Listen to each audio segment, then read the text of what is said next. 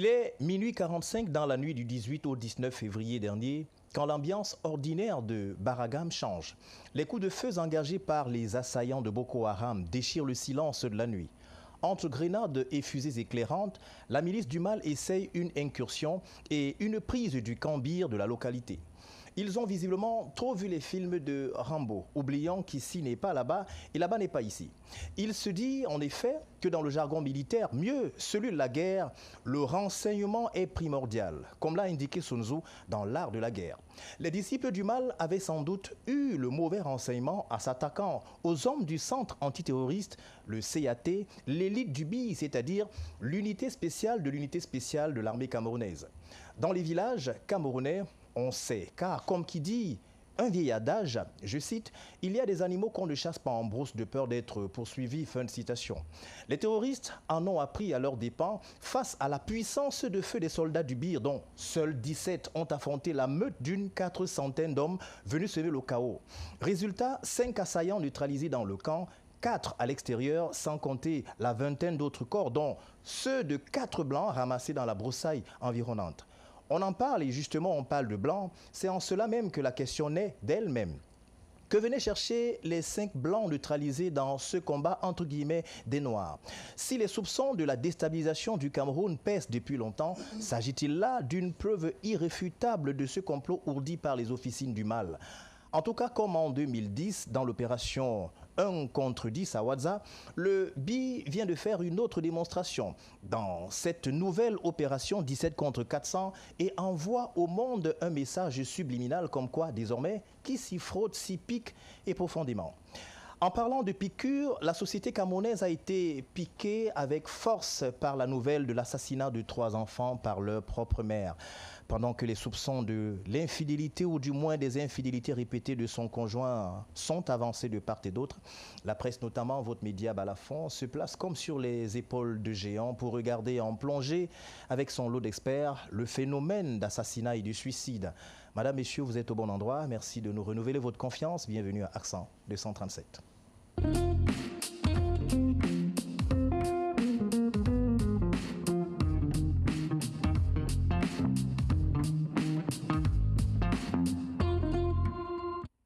Ils sont avec nous en plateau, nos experts comme toujours. D'ailleurs, on abordera des questions géostratégiques, des questions psychologiques aussi. On a un psychologue d'ailleurs sur le plateau, psychologue clinicien pour la précision. Martial Neufeman, bonsoir et bienvenue sur ce plateau. D'ailleurs, vous y êtes habitué, mais vous êtes porté disparu depuis un moment quand même. Bonsoir Monsieur Elan, bonsoir aux companélistes, à mes aînés sur le plateau. Je suis Monsieur Nuefenam. Nuefenam, oui. Voilà, c'est la prononciation exacte. Oui. Ben, je suis une fois de plus ravi d'être sur votre plateau. Ça faisait une éternité. Parfait. On va dire que les agendas peuvent être capricieux. Oui. Voilà, c'est un dimanche soir, c'est parfois le seul moment qu'on a pour se reposer, pour poser un peu la tête. Mais disons que ça nous a quand même manqué de venir à ce café scientifique. Café scientifique. Oui, je pense que c'est le terme approprié. Un café scientifique dominical. Voilà, merci si vous le dites.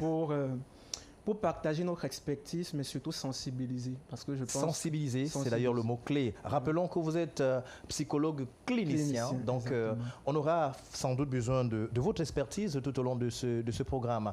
Alors, sur ce plateau également, c'est deux inconditionnels. Alors, le président Dieudonné TDC, vous êtes le président du PDC, Parti camerounais pour la paix, la construction, la démocratie et la construction. Voilà. Bonsoir Dieudonné TDC. Bonsoir Raoul, bonsoir à vos millions de téléspectateurs. Je voudrais pour ma première prise de parole indiquer à ceux qui s'attaquent au Cameroun qu'on ne veut plus entendre parler de ça. Dans les danses funèbres, on ne s'approche pas de tous les danseurs. Les danseurs... si vous perdez la tête pour vous approcher de ce danseur, vous risquez de rentrer à la foutre. Oui. Et puisque quand je me rase la barbe tous les matins, je me vois futur président en oblique, je voudrais dire à tous les mal qu'on vous souhaite, président. Non, je voudrais dire à tous les multinationales du désordre, oui, qui trouveront une nouvelle doctrine militaire en face. Et le Cameroun n'est pas la terre du désordre. Ça doit s'arrêter. Quel que soit d'où vous êtes, quel que soit qui vous êtes, prenez vos dispositions pour ne plus vous attaquer avec le Cameroun. Parce qu'on est fatigué d'avoir des cadavres. Merci. Voilà. Merci, Président. Alors, c'est suivi. Également, journaliste panafricaniste, souverainiste, Pierre Claver Nkodo, bonsoir. On insiste sur le mot panafricaniste, souverainiste. C'est mon identité. Et toute ma vie, toute ma carrière tourne autour de ces valeurs souverainistes et panafricanistes. Et ça va, on va chercher dans les 38 ans. Vous étiez dernier? Vous avez dit? 38 ans. Oh, oui, pratiquement, oui. Mais non, vous allez à quatre pattes quelque part. Peut-être à quatre pattes, mais ni déjà. Oui, au moins cela, ça va. C'est un privilège pour moi de dire bonsoir à mes copanélistes, à vous-même et à vos milliards de téléspectateurs dans le monde de là. Vous savez, si tu avais le même plaisir que je partage ce programme qui, selon les retours, est devenu une référence dans l'environnement médiatique. Je m'en veux pour preuve. Il y a un grand professeur Bikoy, qui nous a suivis la semaine dernière, dimanche dernier. Tout à fait. Et qui m'a fait... Plutôt un bon retour. Qui m'a rappelé toutes les appréciations et toute l'estime qu'il a pour Accent 237. Merci. Et il s'est attardé sur un élément que je ne suis pas prêt d'oublier parce qu'il y a eu une espèce de passe d'armes entre un appelant à l'extérieur et moi. Et il a apprécié. De toutes les façons, nous sommes dans une dynamique de sensibilisation et de construction d'une nouvelle nation camerounaise qui, 66 ans après l'indépendance, ne l'est pas encore du tout. Je pense que c'est un challenge collectif et il faut bien qu'on y arrive. Merci Pierre Claver Nkodo. Merci aussi.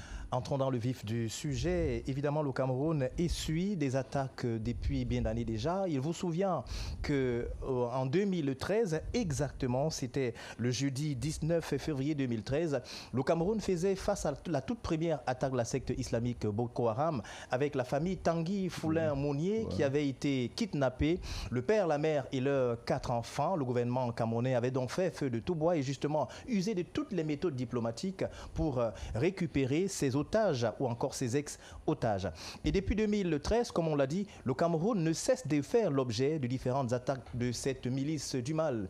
Et il vous souvient donc qu'il y a quelques jours, c'était dans la nuit du 18 au 19 février dernier, le camp Bir, notamment de Baragam, a fait l'objet d'une nouvelle attaque cette fois. Boko Haram s'est attaqué au centre antiterroriste et justement le bilan est celui qu'on connaît, on reviendra. Mais revenons justement sur cette attaque.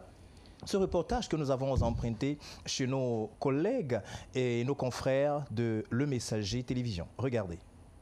Dans une attaque terroriste survenue tôt ce matin, aux environs de 1 heure, des hommes armés présumés membres du groupe terroriste Boko Haram ont lancé une attaque contre un poste du bataillon d'intervention rapide dans la localité de Il Alifa, zone de Barkaram.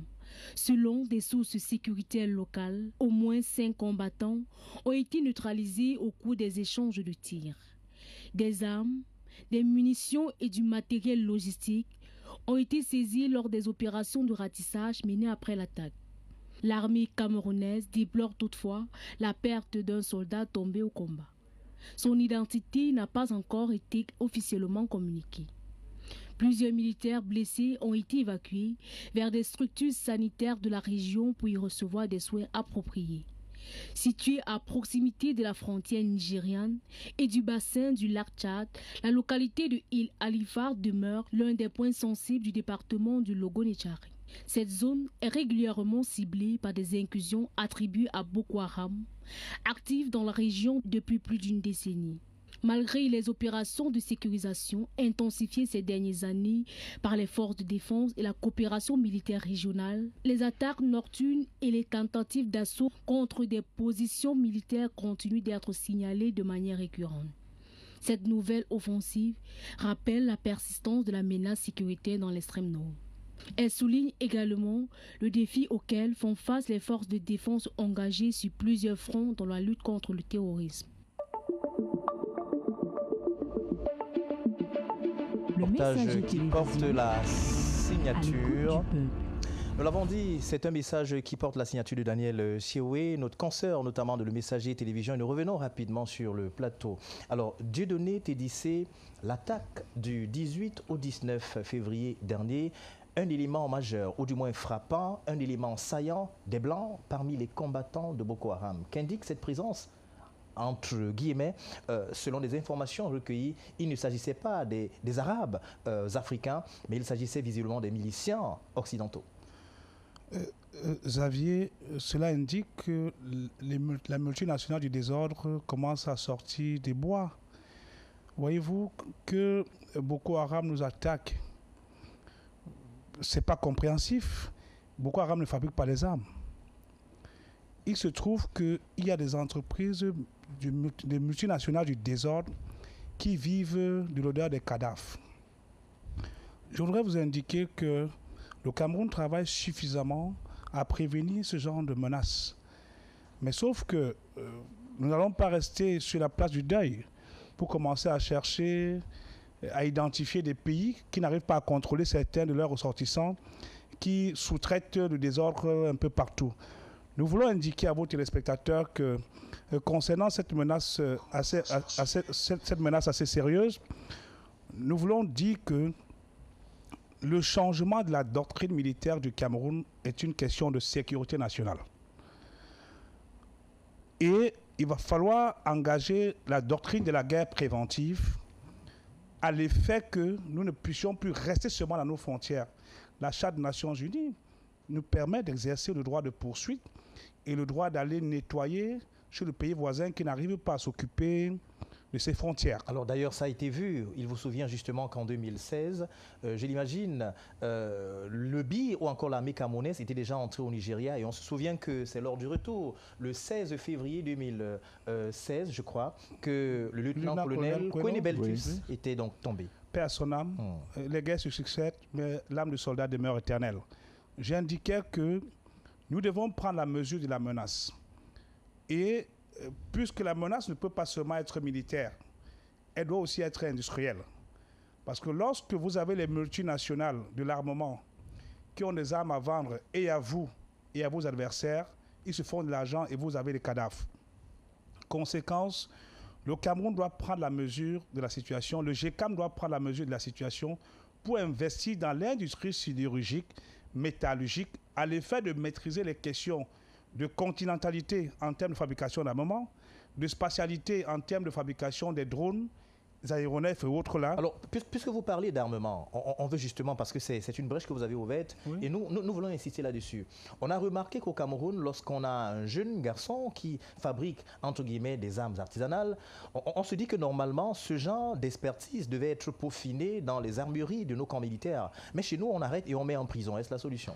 C'est une erreur monumentale. On ne peut pas tuer les intelligences parce qu'on veut faire plaisir aux multinationales ou aux partenaires diplomatiques. Aujourd'hui, aucun pays ne peut assurer sa sécurité en comptant sur l'approvisionnement qui viendrait d'un autre pays, puisque parfois les mêmes armes que vous utilisez sont revendues, vous n'avez pas l'exclusivité. Donc aujourd'hui, il est urgent, je vous ai dit que la solution n'est pas une solution militaire, c'est une solution qui engage les industriels, qui engage également la lutte contre la pauvreté dans la zone. Vous êtes dans le logo Nechari. Vous avez le logo Nechari, vous avez le maillot Chanaga, vous avez le maillot Sava, vous avez le maillot Kani. Vous rendrez à l'évidence que dans cette zone, il y a un désœuvrement au niveau de la jeunesse assez élevé. Parce que, voyez-vous, Boko Haram ne peut pas venir attaquer s'il n'y a pas eu des renseignements locaux qui ont guidé les pas de ces derniers. Donc, nous disons qu'il faut adresser ce problème de façon transversale en prenant en compte l'aspect de l'industrie sidérurgique et métallurgique, ensuite prendre l'aspect de la lutte contre la pauvreté dans la zone, en faisant que les populations ne soient plus obligées à attendre les pluies pour s'aimer, quitte du blé, quitte du riz, parce que les uns et les autres vont se dire, mais pourquoi on parle du blé alors qu'on parle de la guerre?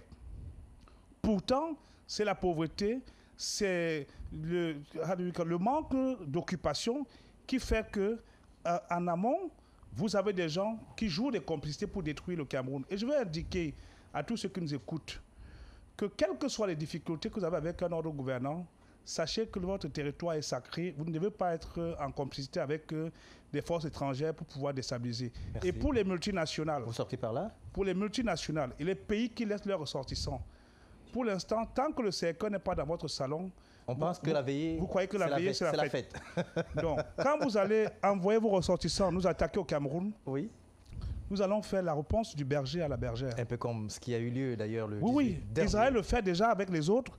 Et ne croyez pas que vous allez envoyer des gens venir attaquer chez nous et on va vous regarder avec les beaux yeux. Merci. Que chacun Président. prenne ses responsabilités. Ça doit s'arrêter. Pour ce premier jet, merci Président. Alors que tout à côté de vous, Pierre Claver Nkodo, vous qui êtes souverainiste ou encore panafricaniste souverainiste, on se rend finalement compte que Boko Haram a atteint une dimension pratiquement transnationale en recrutant un peu partout, c'est-à-dire dans plusieurs nationalités, même occidentales. Boko Haram, c'est une nébuleuse. Boko Haram, c'est une fabrication de l'impérialisme occidental. Boko Haram a les moyens de sa politique. Boko Haram est financé par des officines impérialistes occidentales. Boko Haram n'est pas un enfant de cœur. Boko Haram, tout comme les mouvements, l'État islamique et tous les autres mouvements djihadistes, ont pour mission de semer le chaos pour permettre aux multinationales occidentales de piller sans contrepartie les ressources naturelles africaines. Vous avez le cas de la RDC où ça se passe au vu au sud de tout le monde.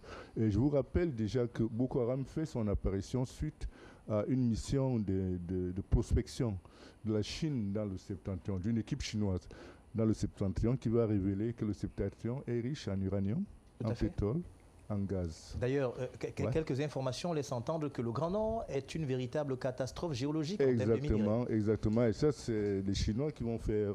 C'est une équipe chinoise qui va faire, qui va assurer cette prospection. Et il serait donc convenu, l'État du Cameroun doit s'engager à construire un axe routier qui devait passer par Ouaza. Et c'est justement les premières attaques de Boko Haram sont enregistrées contre ces Chinois qui sont même pris en otage dans le site de Ouaza. Vous avez été à Ouaza? Oui, déjà. Voilà, donc c'est... Ouaza, Zigué, Zagé, Dabanga, voilà, Elbeit, voilà, jusqu'à Matam. C'est un peu derrière le cou du bec du canard, si vous voulez. Et donc Boko Haram n'est pas un phénomène ex nihilo. Boko Haram, c'est une programmation mise en place par les acteurs du chaos.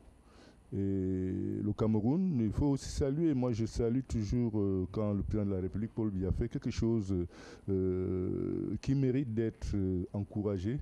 La création du BIR nous a permis de faire face à toutes les menaces asymétriques. Vous vous rappelez qu'on avait eu affaire aux Bakassi Boys. Bakassi Boys, des gros bandits qui... Nigeria Freedom Fighters. Voilà, et le BIR a joué son rôle. Et après, le BIR a été déployé dans le septentrion. Où justement, il existait ce phénomène de coupeur de route. Oui, le BIR qui lui-même est c'est-à-dire une nouvelle forme. C'est-à-dire le BIR a été restructuré parce qu'au départ, c'était le BLI. Oui. Voilà. Et le BIR aujourd'hui, c'est une force opérationnelle de premier rang et il y a d'autres forces dans l'armée camerounaise. Mais leur mission, c'est d'attaquer et d'anticiper sur les menaces. Et aujourd'hui, les voir devenir la cible de Boko Haram, ça s'explique par le fait que Boko Haram connaît leur puissance de feu et a voulu les prendre par surprise, mais malheureusement, ils ont payé le prix fort. Boko Haram a payé le prix fort. Donc, on peut saluer cette initiative du président de la République parce que le BIR a été créé à son initiative personnelle. Je me rappelle, j'avais couvert le sommet sur la sécurité du golfe de Guinée au Palais des Congrès, auquel assistaient plusieurs chefs de l'État il y a une dizaine d'années. Et le chef de l'État qui avait convoqué, qui avait invité ses pairs à discuter sur la sécurité dans le golfe de Guinée. Je crois que c'est depuis cette époque-là que j'ai compris que malgré tout, il a une vision en matière de sécurité qui malheureusement n'est pas partagée. Parce que si effectivement, quand je me rappelle de ces chefs d'État qui avaient participé à ce sommet, si tous partageaient sa vision, je crois que Boko Haram serait mis à l'étroit. Et tous ces mouvements djihadistes surtout, djihadistes, terroristes, je ne parle pas de mouvements sécessionnistes. Le mouvement sécessionniste, il est né à la suite d'un malentendu politique et c'est pour ça qu'aujourd'hui, le BIR ne peut pas lui livrer une guerre totale. Oui. Parce que il s'agit des compatriotes. Il s'agit des compatriotes. Mais les autres, là, nous guettent dessus. Parce que si on se met à donner, à leur offrir des raclés, comme contre Boko Haram, ils diront que nous allons nous porter atteinte au respect des droits de l'homme. Certains commenceront à parler des droits de l'homme et envisager des possibilités de kidnapping des présidents. Et ce sont les mêmes qui financent justement Boko Haram. Maître disait quelque chose tout à l'heure, le président rappelait quelque chose tout à l'heure. Il n'est pas concevable, il est même inimaginable de voir quelqu'un qui est capable de s'offrir 2 repas par jour, s'offrir une Kalachnikov de 2 millions de francs. C'est impensable. alors ça signifie qu'il y a une main noire derrière. Qui Et finance. cette main noire, son objectif, c'est de s'aimer le chaos pour piller sans contrepartie Merci. nos ressources naturelles. Merci. Et bravo aux vaillants combattants du BIR. Le BIR, qui, justement, une fois encore, nous ont est- démontré qu'ils ont leur place dans le dispositif sécuritaire du Cameroun. Le BIR, justement, nous le disions, qui est cette force qui a été créée en 2006, parce que là, c'est justement en 2006 qu'on a les premiers éléments du BIR, avec à l'époque le colonel Avi Sirvan, Effectivement. de regretter mémoire. Et on salue justement cette même lancée qui est tenue et qui est maintenue par Eran Moss, l'actuel colonel. On y reviendra. Alors, Martial Neufeman, il y a un effet quand même qu'on voudrait comprendre avec tous nos téléspectateurs qui sont à la maison. S'attaquer à l'élite de l'élite. Est-ce qu'il y avait un plan de déstabilisation psychologique? Parce que si on tape, entre guillemets, les plus forts, on peut se dire que les autres Ouais. peuvent... Est-ce qu'on peut voir ça ainsi? Oui, c'est possible, mais je pense que la déstabilisation n'est pas que psychologique. La déstabilisation psychologique, ce n'est qu'une molécule. Oui. Et je pense que la déstabilisation est de manière générale. C'est-à-dire que c'est à la fois psychologique, c'est à la fois stratégique, parce qu'il faut aussi déstabiliser votre stratégie. Il y a l'effet de surprise qui peut vous déstabiliser à la fois psychologiquement, à la fois de manière stratégique. Mais ce qu'il faut dire, c'est que cet épisode est la preuve que nous sommes dans un pays où il y a des personnes compétentes. Oui. Nous sommes parfois très durs envers Ouais. notre administration et parfois on inhibe le fait que, mais il y a des gens qui travaillent et ils ne viennent pas sur un plateau de télévision dire qu'ils travaillent. Oui. Et parfois il faut attendre 10-15 ans Pour à la réaliser. faveur d'un épisode comme celui-là pour se rendre compte qu'il y a des gens qui travaillent. Si on prend le cas de l'armée, pour avoir rencontré quelques hauts gradés, il y a des gens qui travaillent, mais qui sont humbles, qui ne viendront jamais sur le plateau de télévision. La deuxième chose, c'est qu'il a parlé de guerre préventive. Quelque chose qui est essentiel pour nous aujourd'hui, c'est le renseignement. Et c'est quelque chose qu'on n'a pas mystifié, on n'a pas fait comme si le renseignement, c'est une secte. C'est très important. Parce que nous faisons partie des pays où nous devons être constamment hyper vigilants. On n'a pas le choix. Parce qu'il y a des enjeux énormes. On a parlé de richesse, etc. Il y a la culture, il y a beaucoup d'autres choses. Il faut qu'on est obligé d'être hyper vigilant. Si on n'est pas hyper vigilant, on se fait fracturer, très simplement. Donc, le renseignement est très important et pour notre État, renforcer la notion de renseignement peut être très efficace. Pas seulement au niveau militaire, le renseignement peut commencer au niveau très basique. Ça commence avec le renseignement prévisionnel au niveau de la population, etc., etc. Mais renforcer le renseignement va beaucoup nous aider. Et il est important qu'on sache qu'il ne faut pas qu'on soit naïf. Il ne faut pas qu'on soit naïf, il ne faut pas qu'on ait l'impression que des gens de l'autre côté nous aiment beaucoup. Et que tel qu'ils viennent nous proposer, il ne faut pas qu'on soit naïf. Personne n'aime personne dans ce grand monde, dans cette communauté. Il suffit de voir l'actualité internationale. Je ne vais pas citer les pays.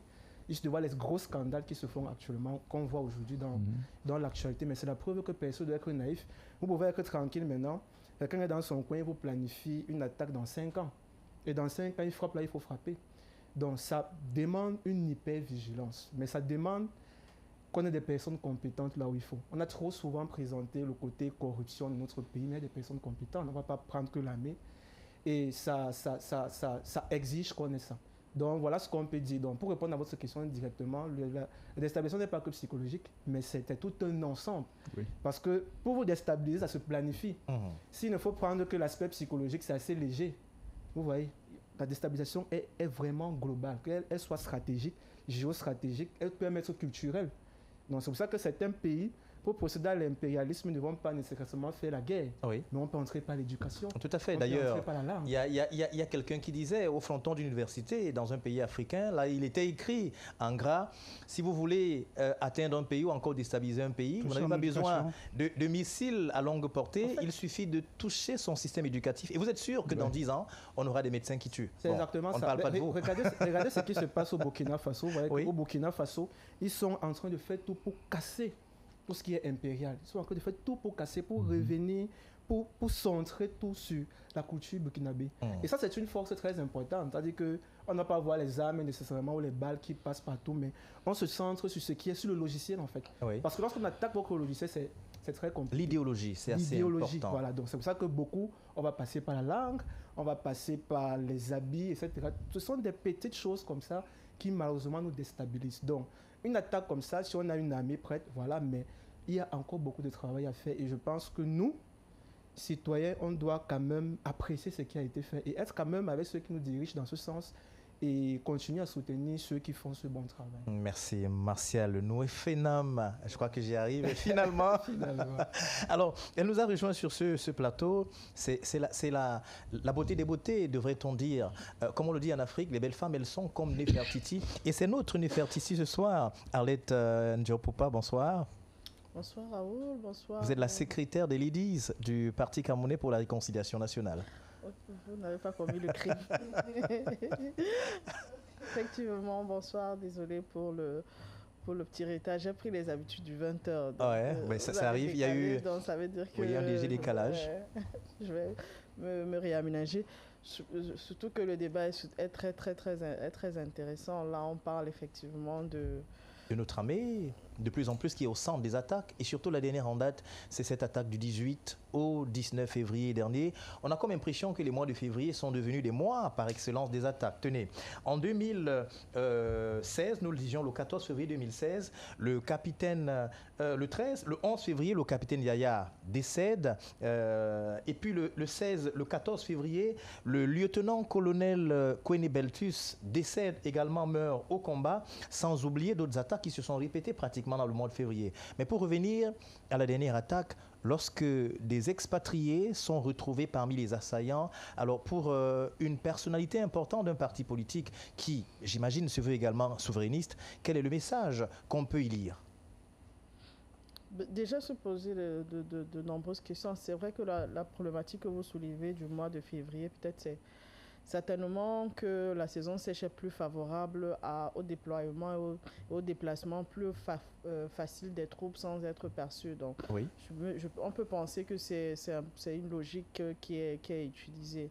Maintenant, c'est vrai que la situation actuelle de Boko Haram, ça fait quand même quelques années qu'on ressent de moins en moins leur impact. Je crois qu'ils ont voulu, par cet acte-là, revenir au premier plan de l'actualité parce qu'ils sont un peu en train de perdre toute leur splendeur. J'éviterais, moi aussi, d'être naïve en accusant simplement les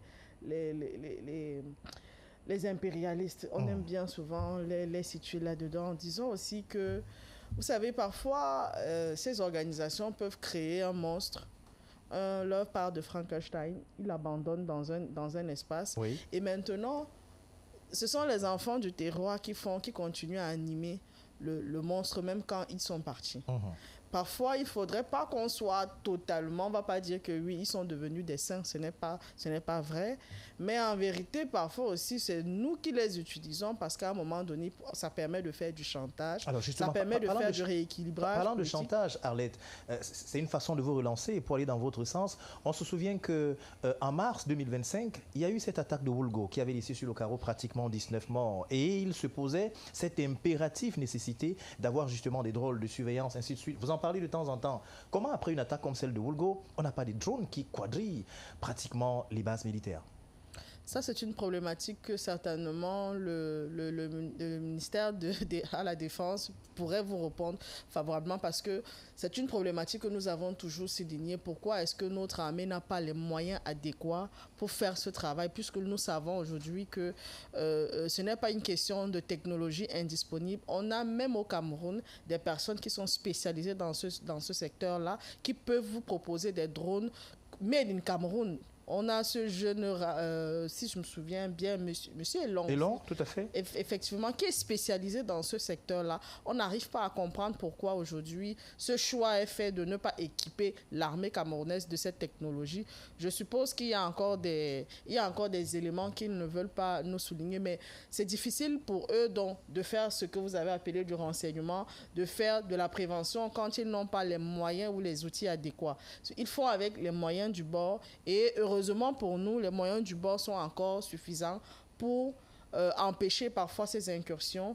Mais malheureusement, moi je me dis qu'on pourrait faire bien mieux que cela. C'est le souhait de nous tous. Mais je voulais vraiment revenir sur ces manipulations que l'on peut souvent mettre en avant. Oui. Vous savez, on parle de Boko Haram aujourd'hui, mais avant notre version africaine de Boko Haram, on a eu le Al-Qaïda qui a été créé. Tout à fait.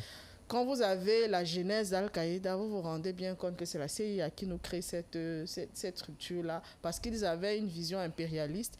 Mais une fois que cette vision impérialiste a été assouvie, on s'est retrouvé donc avec des groupes armés que les nationaux ont continué à instrumentaliser pour maintenir cette zone dans un état trouble. Et jusqu'à aujourd'hui, cette zone n'a jamais véritablement réussi à avoir la stabilité. Donc, on peut aujourd'hui aussi avoir un Boko Haram qui a bien sûr été pensé par l'étranger, mais qui aujourd'hui peut aussi être instrumentalisé par des acteurs locaux qui utilisent cela pour faire bien sûr de temps à autre de petits chantages pour exister, parce qu'au final ce sont des mercenaires.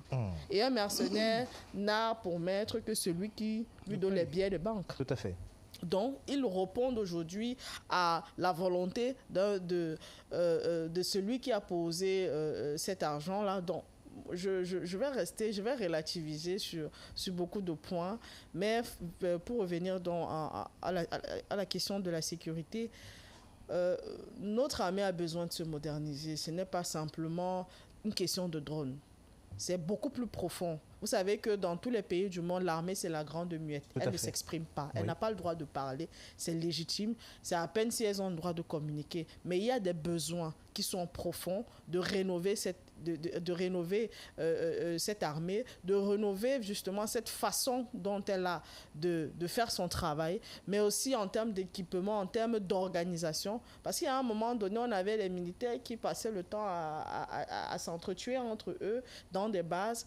On a essayé de régler le problème, on a essayé de camoufler à certains endroits, on n'a pas totalement résolu le problème. Donc pour moi aujourd'hui, cette armée, elle a vraiment besoin qu'on prenne du temps pour lui donner cette importance. Et c'est quelque chose qui est très important pour nous au PCRN, parce que nous pensons que en dehors de l'équipe de football, l'armée devait être la fierté de chaque citoyen camerounais. Quand tu nais, tu dois d'abord aimer ton armée, parce que c'est d'abord elle qui nous apporte cette sécurité-là. Et ce n'est pas quelque chose qui doit être négociable, ce n'est pas quelque chose qui doit être qu'on doit discuter dessus, mais c'est un travail pour réellement faire de l'armée-nation, que ce ne soit plus un simple discours, mais que ce soit une véritable réalité.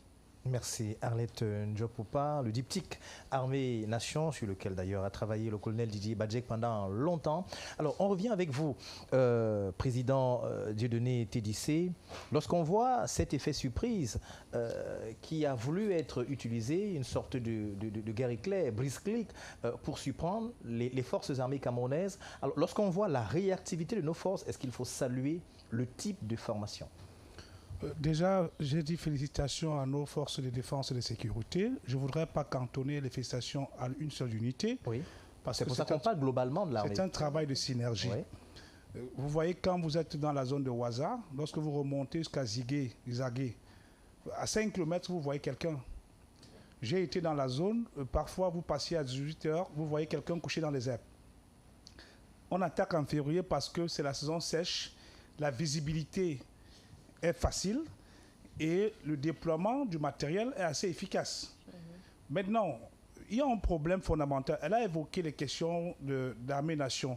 Nous, au PCPDC, nous avons pensé que pour résoudre efficacement ce problème d'insécurité, il faudra instaurer le service militaire obligatoire à 16 ans pour 6 mois. Au-delà de ce point particulier, quand vous êtes dans le Faro Idéo, par exemple, vous remontez de Concha, Tongo, Gagné, Moubi, Dinkwa, jusqu'à remonter au bec de canard. Notre dispositif en termes de déploiement n'est pas assez efficace. Quand vous êtes du côté de Son-Colon, pour que le détachement du BI, qui est à Mao Darlé, puisse se déployer rapidement là-bas, bref, il est urgent aujourd'hui au Cameroun d'instaurer les zones de communication fermées et de transmission fermées. C'est justement nous, les politiques, qui avons la responsabilité de donner le cap de ce que nous voulons de notre armée. Exact. Pendant qu'on parle du flanc extrême nord, vous avez le flanc Adamawa, voisin de Touboro, dans la zone de Bokaranga. La zone des 3 frontières, Bokaranga, Gorée, Baïboum, qui redescend jusqu'à Ndjoron, Gawi, Menganga. C'est une zone ouverte. Qu'est-ce qui nous manque? Donnons les moyens suffisants à notre industrie de l'armement pour pouvoir s'approprier les mécanismes essentiels. Aujourd'hui, nous avons les technologies comme la communication. La zone de transmission fermée, de communication fermée, permet d'intercepter en temps réel. Appel entrant, intercepté, SMS entrant, sortant, intercepté. Les transmissions en termes de télévision dans la zone contrôlée, parce que à l'heure où je vous parle, dans le nord-ouest et le sud-ouest, la plupart des télévisions, parce qu'on fait un parallèle, la plupart des télévisions qui émettent viennent directement de satellites et c'est un problème. Donc il faut investir dans la recherche stratégique et ce n'est que l'école qui peut répondre efficacement à ça. Et pour embrayer dans cette dynamique, elle a évoqué les partisans locaux qui profitent du désordre pour se faire un peu de l'argent. On ne va pas adresser efficacement le problème de la sécurité de nos frontières tant que nous n'avons pas compris que cette histoire de franc CFA qui est fabriquée dans la ville de Chamaère, nous ne contrôlons pas. N'ayons pas peur des mots. Messieurs, il faut sortir du franc CFA parce que ceux qui perçoivent l'argent pour reverser aux populations, pour reverser aux terroristes, nous ne contrôlons pas cet argent. Et quand je l'ai dit, la guerre ne se gagne pas avec les armes seulement. La guerre se gagne avec l'amélioration des conditions de vie des populations locales. C'est une zone qui est permanemment souffre des affres, des intempéries, inondations. En saison de pluie, c'est un problème. En saison, c'est un problème. Vous avez le lac de Maga.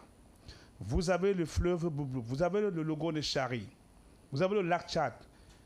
Mettons les populations et les enfants de la zone au travail dans l'agriculture en captant ces fleuves pour mettre à disposition pour que la production les occupe afin qu'on évite le désœuvrement qui est la porte ouverte par rapport au désordre. Et quand je l'ai dit, on ne peut pas croire qu'on va convaincre les populations de nous suivre tant que pour quitter de Koussiri à Maroua, c'est un véritable calvaire. Pour quitter de Ngaoundéré, passant pendant jusqu'à Toubouro, c'est un véritable calvaire. Pour quitter Toubouro, arriver au Ribouba, c'est un problème. Le gouvernement ne peut pas être le gouvernement qui est en train de faire les routes partout. Passons en BOT.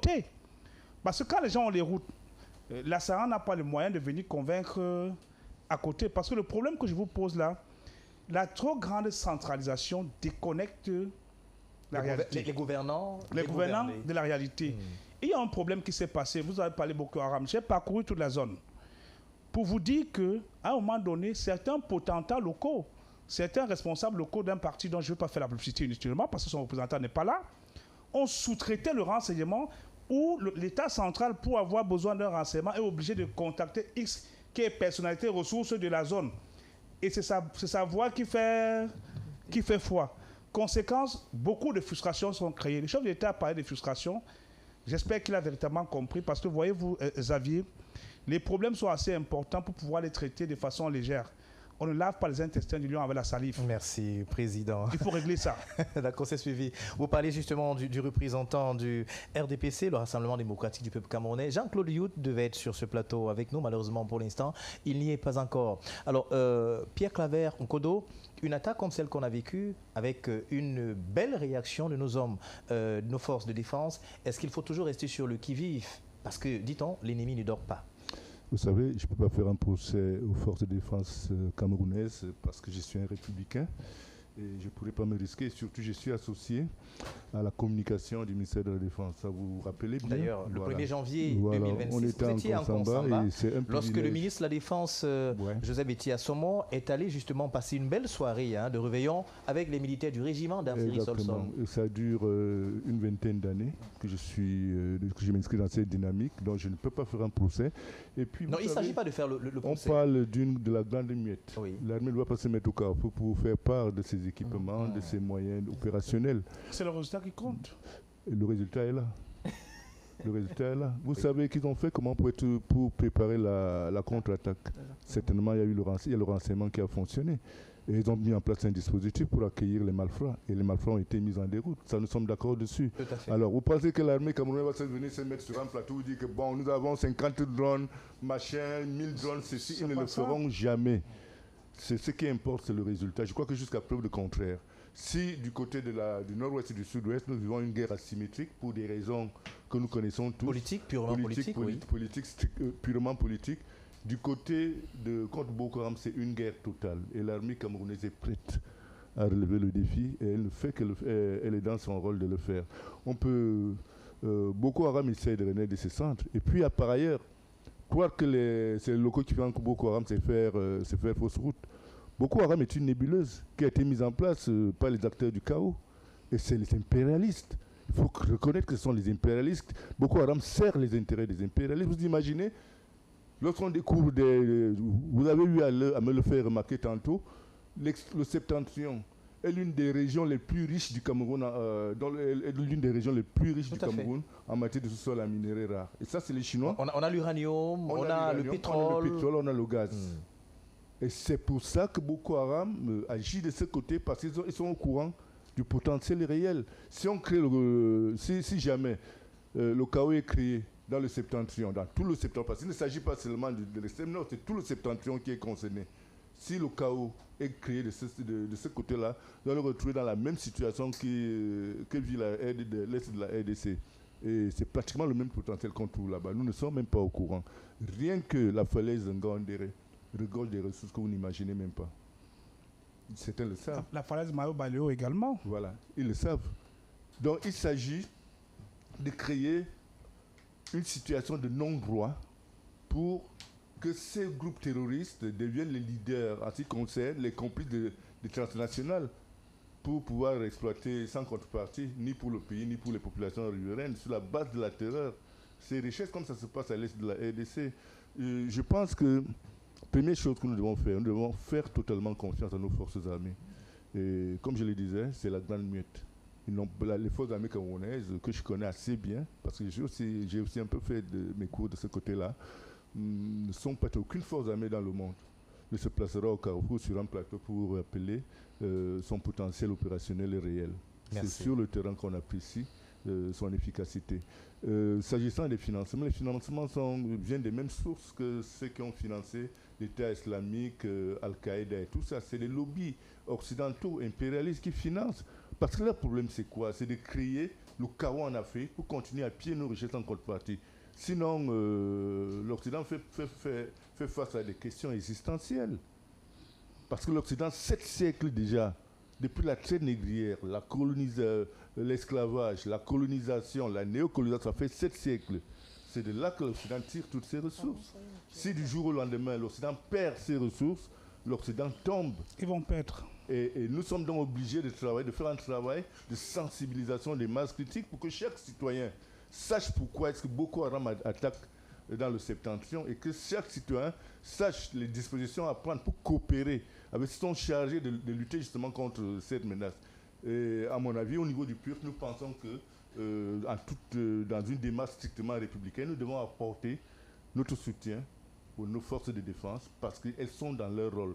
Et elles font des preuves sur le terrain et ces preuves sont dans l'intérêt de notre pays. Merci. Parlons d'intérêt du pays. On l'a dit, vous l'avez dit, Pierre Claver Nkodo, l'extrême nord, ou du moins le grand nord du Cameroun, c'est une zone qui regorge des minéraux tels que le pétrole, le gaz et surtout l'uranium, qui est d'ailleurs l'un des minéraux les plus essentiels aujourd'hui. Et des terres rares. Et sans oublier justement les terres rares.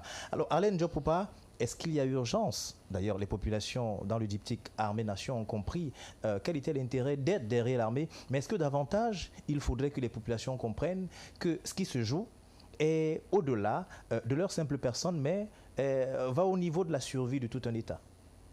Je crois qu'on félicite souvent l'armée, mais on oublie aussi parfois de féliciter les populations. Parce qu'en réalité, si nous avons pu bloquer certaines incursions, généralement, c'est grâce aux populations qui, parfois, alertent l'armée, font souvent des rondes entre citoyens pour s'assurer justement de la sécurité, surtout les zones frontalières. Il y a beaucoup d'organisations, qu'on va dire, informelles qui sont prévues dans ces zones villageoises-là et ils assurent un peu la sécurité. Ils assurent aussi un rôle de prévention où ils peuvent parfois alerter. Donc, je crois qu'il faut féliciter les populations par rapport à leur réaction. Maintenant, le problème de la sécurité, je crois qu'on peut revenir dessus. Mais on ne va jamais oublier la limitation que peuvent avoir l'armée, même si elle a toute la volonté. C'est pour cela que le travail le plus important qu'il faut aujourd'hui, la réponse la plus importante qu'il faut donner, c'est de transformer ces espaces-là. Parce que c'est bien beau pour nous de venir chaque fois dire on a les ressources, mais ces ressources-là, en réalité, ne deviennent de vraies valeurs que lorsque on les transforme. Tout à fait. Tant qu'elles restent sous les roches, sous l'eau, elles ne sont que... elles ne représentent pas grand-chose. Est-ce qu'il n'y a pas un processus qui est enclenché aujourd'hui? Vous remarquez avec nous qu'il y a des écoles qui sont créées, l'école des mines de Ngaoundéré, ainsi de suite. Est-ce que ce n'est pas dans cette dynamique-là que l'État du Cameroun actuellement est en train de mettre à pied des formations spécialisées pour peut-être l'exploitation plus tard de tous ces minéraux? Vous êtes sérieux quand vous parlez de toutes ces écoles-là? Évidemment, parce que permettez-moi de finir. C'est vous qui avez posé, donc ce sont des faits. Que je oui, ce sont des faits, Arlette. On ne va pas nier cela. Je dis bien que vous êtes sérieux quand vous parlez de ces écoles-là. Tout à fait, parce que ce sont des faits, c'est visible, oui. Parce que la plupart de ces écoles-là, il y en a qui ont commencé à se plaindre d'être abandonnées littéralement. C'est-à-dire que beaucoup d'étudiants qui sortent de là vous disent... Ils ne connaissent même pas la mine. Je suis désolé. Ils ne connaissent même pas la mine. Je suis désolé. Les gens viennent y mettre une plaque. Après, ils viennent commencer à vous dire qu'on a fait... Franchement, il faut qu'on arrête ça. Est-ce que le problème, c'est la quantité d'écoles qu'il y a là-bas? Le but de l'école, ce n'est pas de fréquenter. Ce n'est pas ça le but de l'école. Il faut qu'on soit honnête. Le but de l'école, c'est de former des gens qui vont transformer l'espace, leur environnement. Bon, depuis que ces écoles, ça fait plus d'une vingtaine d'années que ces écoles sont dans ces espaces-là. Est-ce que vous n'avez pas l'impression que l'extrême nord et tout le septentrion a régressé? Soyons honnêtes. C'est vous qui le dites. Est-ce que vous... J'ai parlé d'impression. Je ne suis pas encore dans les faits. Est-ce que nous n'avons pas l'impression, et les populations du septentrion peuvent nous répondre, est-ce qu'ils n'ont pas le sentiment d'avoir régressé? Et si vous voulez douter, sortez là et allez vous rendre compte que vous avez de plus en plus des messieurs qui viennent de l'extrême nord, du nord, de pratiquement tout le septentrion pour venir faire la moto à Douala. Vous pensez qu'ils viennent faire la moto à Douala, c'est parce que c'est en train de fonctionner, ça donne bien là-bas au nord. Ce sont des pères, parfois des hommes responsables qui avaient toute une famille. Non, l'économie du septentrion est dans... Franchement... Oublie.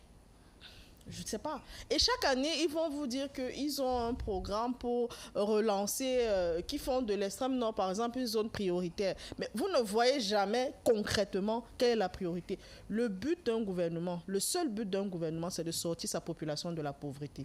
Est-ce que nous pouvons dire aujourd'hui que nous avons réussi à faire sortir ces populations de la pauvreté? Ou mieux, nous avons quand même réussi, par rapport à ce qui existait avant, et ce qui se fait aujourd'hui, à améliorer leur situation de vie.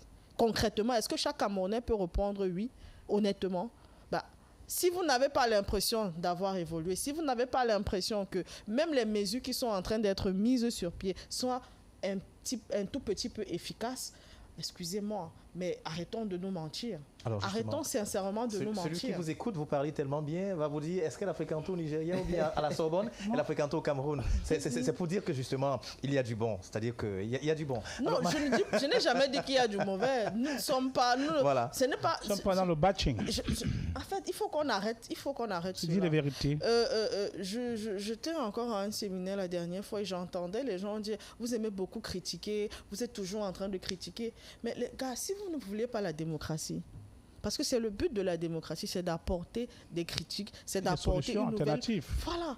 C'est une nouvelle donne, en fait. Et c'est donc normal. Sinon, comment vous allez savoir exactement que telle chose ne fonctionne pas? Merci. Si les gens n'exposent pas ces problèmes-là, le problème aujourd'hui de la zone septentrionale, c'est purement économique. La sécurité est un problème, c'est vrai, mais elle est accentuée justement parce que les populations sont pratiquement abandonné. L'économie est en train de devenir de plus en plus informelle. Voilà la Sodecoton encore qui vient de vous annoncer 60% de ses parts au sol. En fait, je veux dire que vous avez donc des zones comme celle-là qui, chaque fois, on a besoin d'avoir l'intervention de l'État. Qu'est-ce que le ministre de l'administration territoriale allait faire l'année dernière? Distribuer l'argent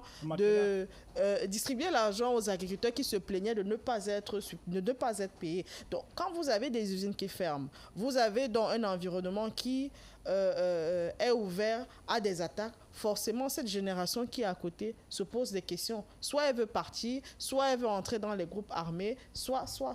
Donc maintenant, il faut qu'on arrête de faire de longs discours. Je suis de ceux qui pensent que les discours, ça suffit. Ne me comptez plus le nombre d'écoles. On n'a pas le problème du nombre d'écoles. Le président Paul Biya, franchement, il faut lui dire félicitations. Parce qu'en matière d'éducation, il a vraiment fait ce qu'il fallait par rapport à son prédécesseur. Là, on ne peut pas discuter. Mais le problème et les besoins que la jeunesse de 2026 a, ce n'est pas les problèmes de 1982. En 1982, il a résolu les problèmes de 1982. Mais les problèmes de 2026, là, il n'est même pas encore à côté. Alors, là c'est vous qui le dites, Arlène Diop-Poupa. Et puis, on comprend justement que c'est une femme politique qui parle. Donc, on est... Alors, Marcel Lefebvre, on sort avec vous sur cette thématique. Quelques mots, un commentaire de fin pour sortir? Non, juste que pour peut-être renchérir à ce qu'elle dit et par rapport à toute la problématique, ça pose aussi un problème de casting, de casting à nos postes de responsabilité. Et c'est important d'avoir des hommes politiques pragmatiques. Je pense qu'avec le deuxième sujet, j'aurai l'opportunité de revenir dessus sur ce qu'on appelle le pragmatisme. Justement, vous l'avez dit, Neufeman, on va y revenir, président, justement le soldat de deuxième classe, on l'a dit, dans cette attaque du 18 au 19, le Cameroun a perdu un vaillant soldat.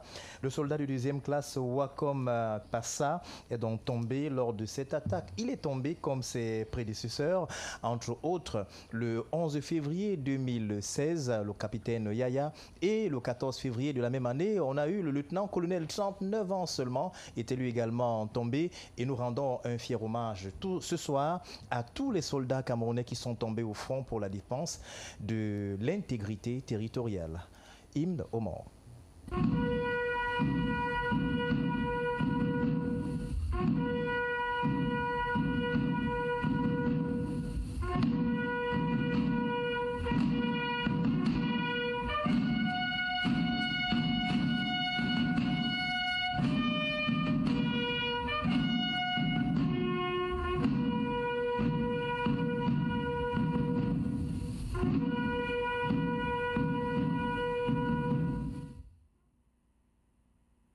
Voilà cet hommage rendu à nos vaillants soldats et cet élément qui nous sert de transition, nous parlons tout à fait d'autre chose à présent.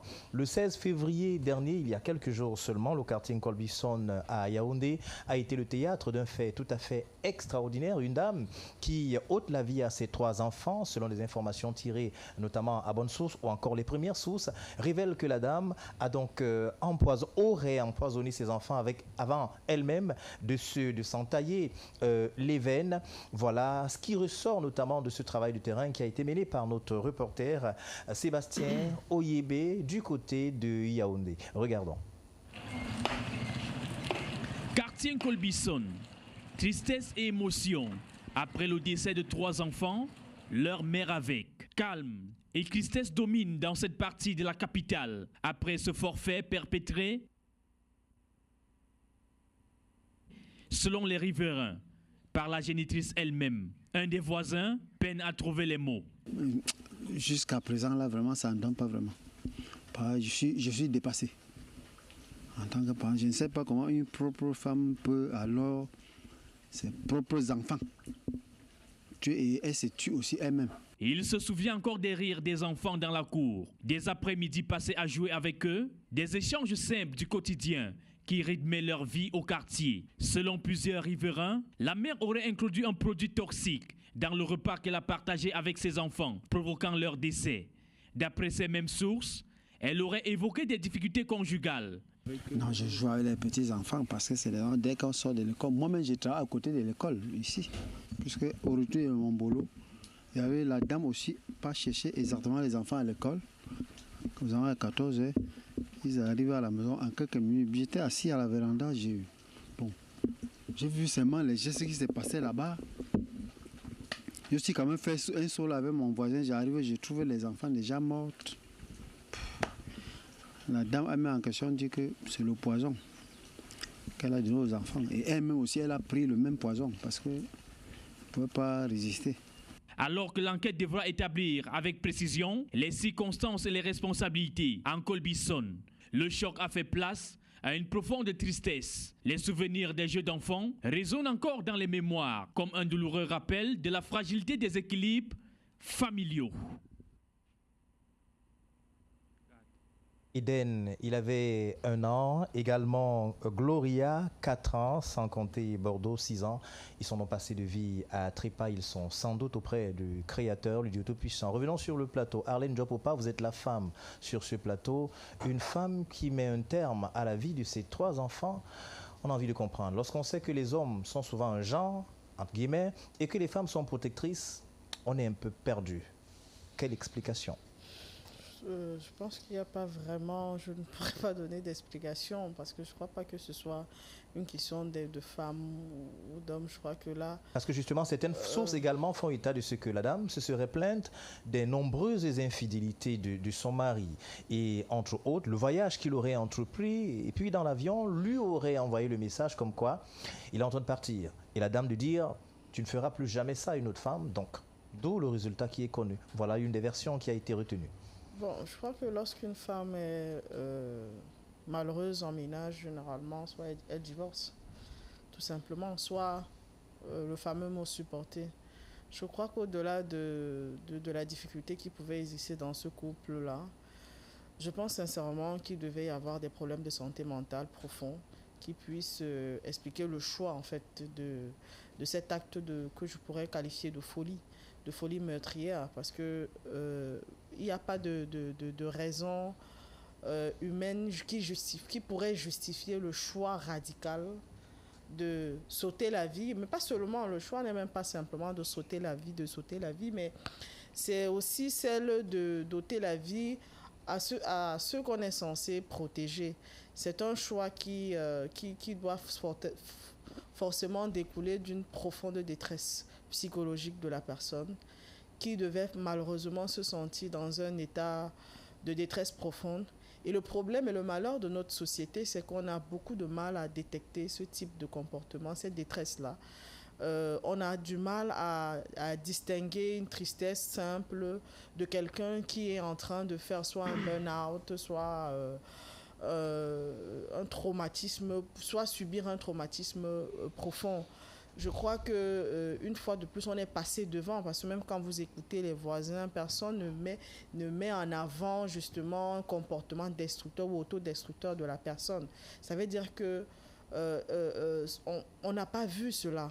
Et je ne pense pas qu'elle n'a pas donné d'indices. Je ne pense pas qu'elle n'a pas donné des éléments. Mais comme nous ne savons pas observer, comme nous ne savons pas véritablement lire ce type de comportement, on a généralement tendance à stigmatiser la personne, à mettre la personne de côté et à agir de façon à se protéger soi-même. Or, justement, ce type de comportement, je crois qu'il y a un psychologue dedans, il va forcément en parler, oui. Il va forcément revenir en profondeur sur ces questions-là. Et ce comportement d'exclusion de la part de ceux qu'on apprécie ou de ceux qu'on aime, en réalité, vous augmente encore en fait la détresse. C'est-à-dire que plus vous abandonnez la personne, plus la personne se sent seule et plus ces idées en fait qui sont malheureusement dans sa tête prennent le pas, et ça peut entraîner quelque chose en fait, ce qu'on est en train de vivre. J'ai vraiment pas les mots pour exprimer cela. Et je voudrais pas qu'on réduise ça simplement au fait que ce soit une femme qui a donné la mort à des enfants. Ça veut dire que si on réduit ça à la femme, ça veut dire qu'on va pas se poser la question, nous tous, sur les questions de santé mentale, parce que ce sont des problèmes. Les taux de suicide sont toujours élevés partout. C'est juste que comme nous sommes dans une société où, lorsque vous donnez la mort, c'est une honte, les gens n'en parlent pas. Or, je pense que le psychologue va encore nous le rappeler, ce sont des maladies qui sont héréditaires. Donc, la probabilité que si vous ayez un parent qui a des problèmes psychologiques, vous transmette cette pathologie est élevée. Donc, ça veut dire que si on n'en parle pas, si on ne voit pas, on ne diagnostique pas, on ne soigne pas, malheureusement, on va avoir ces phénomènes qui vont se multiplier. Naturellement, la société aujourd'hui aussi peut favoriser un certain nombre de choses, mais je voudrais dire qu'il n'y a pas de mots, il n'y a pas de juste approche face à cela. On ne peut que malheureusement se lamenter et se dire que nous devons tous faire un peu plus attention à ceux qui sont proches de nous au quotidien pour essayer de détecter cela. Parce qu'on parle aujourd'hui de la femme, mais on parle très peu des adolescents qui sont aussi les plus grandes victimes de taux de suicide est très élevé chez les adolescents. Généralement, quand un enfant dérange, on le met de côté. On essaie on prend toutes les mesures et parfois, ce ne sont souvent pas les bonnes mesures. Donc, je crois que c'est beaucoup plus une interpellation que je pourrais faire ce soir pour que chacun de nous vraiment prenne conscience de ce qu'on appelle les maladies psychiatriques, qu'on ne néglige plus cela, qu'on ne se dise pas que c'est seulement les choses qui viennent de l'étranger ou que c'est simplement la sorcellerie. Parce que généralement, on a tendance, quand un phénomène, on ne le comprend pas, on le traite de sorcellerie. C'est réducteur, malheureusement, et ça nous empêche vraiment de résorber le problème avec profondeur. Merci Arlette Ndjopupa. La dame, sur ce plateau, on est pratiquement entré dans le monde des femmes pour essayer de comprendre. Ça aurait été une affaire d'hommes que les messieurs qui sont sur ce plateau parleraient aussi facilement. Mais on redevient sérieux. Marcel Nouefenam, vous êtes psychologue clinicien. Lorsqu'une dame se suicide bien avant, après avoir assassiné ses enfants, est-ce qu'il faut interroger un certain nombre de causes socio-économiques, peut-être la pauvreté ou encore le fait de se sentir seul, rejeté par la société, ou alors des facteurs purement psychologiques? Les facteurs de risque sur le plan psychologique sont bien connus. Déjà, de manière générale, les personnes qui vont utiliser le suicide comme stratégie ont un profil psychologique bien précis. Ça veut dire que si vous avez 10 personnes qui sont susceptibles d'utiliser le suicide, vous aurez peut-être un cas qui va utiliser cette sévérité. Parmi ces personnes qui vont utiliser le suicide, la vulnérabilité, nous avons plusieurs facteurs. Déjà, le fait d'être une femme. Je parle de notre contexte bien précis. Le fait d'être une femme mariée est un gros facteur de risque. La deuxième chose, c'est de souffrir d'une maladie mentale, généralement la dépression. La troisième chose, c'est ce qu'on appelle l'impulsivité. Les personnes qui sont impulsives, les personnes qui prennent des décisions sur l'impulsion, sur le moment, lorsqu'elles sont face à une situation stressante.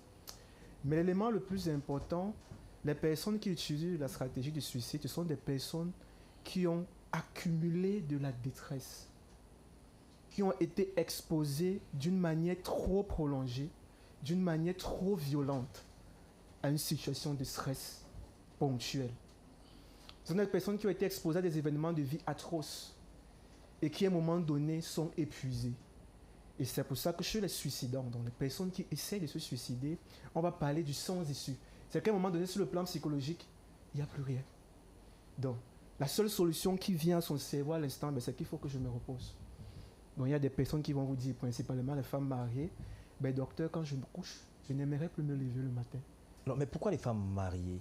Les femmes mariées, justement, parce que on va retrouver la problématique de la violence, beaucoup plus psychologique. On va retrouver la problématique de la violence physique. Monsieur Long, vous n'imaginez pas le degré d'inhumanité que les femmes vivent dans les foyers. Je parle de femmes mariées, je parle de jeunes filles. Vous ne pouvez pas imaginer. Et je disais à une occasion, ça va être sur un plateau, que j'en reçois tous les jours. C'est-à-dire que chaque fois que je travaille, je ne manque pas d'en recevoir. Et c'est allé jusqu'à un niveau où j'ai un dossier sur la main. J'ai dit à un avocat, cher maître, je pense qu'il faut qu'on enlève juridiquement à cette dame le droit de décider pour elle. Parce que vous avez une dame qui est mariée depuis une quinzaine d'années à ce qu'on peut appeler un véritable pervers narcissique. Vous savez, un terroriste HD n'a pas besoin d'utiliser une arme pour vous terroriser. Un terroriste haute définition, il entre dans votre tête. Il s'installe, il part en vacances. Et vous ne pouvez plus rien faire. Moi, je suis très sérieux. C'est ça le terrorisme. On veut comprendre comment il fait. Oui. C'est ça la violence psychologique. Le pervers narcissique, il vous manipule, il vous contrôle. Il ne veut pas que vous soyez content. Il vous coupe de votre famille, il vous coupe de vos amis. Et cette dame a demandé le divorce plusieurs fois. On a entamé la procédure, mais après, elle s'est rétractée parce que le mari a supplié comme ça 5 fois. Et l'avocat, le pauvre, était épuisé, il était en colère. Et je lui ai dit, si on n'enlève pas juridiquement le droit à cette femme de décider pour elle dans ce dossier, je ne donne pas 6 mois, il va mourir. Mais pour revenir à ce cas atypique, ça veut dire que si vous avez 10 cas de suicide, on va retrouver juste un cas. Techniquement, on parle d'infanticide altruiste. Infanticide parce qu'on est en face d'un meurtre sur les enfants, de la mort des enfants. Mais altruiste parce que c'est quand même, ça paraît quand même ambigu, c'est-à-dire oui, que c'est deux notions contraires. Exactement. Infanticide, altruiste. Exactement. On est un peu perdu. Oui. Techniquement, on parle d'infanticide altruiste. Pourquoi? Parce que vous avez une maman qui va tuer ses enfants, mais dans son esprit, elle est tellement à bout que on peut s'imaginer, si je m'en tiens au papier qui a été fait tout à l'heure, on peut se dire qu'elle a tellement été exposée à une violence telle qu'elle se dit, ben, mieux je m'en vais avec mes enfants. Au moins, ils ne vont pas rester subir ce que j'ai subi avec ce monsieur.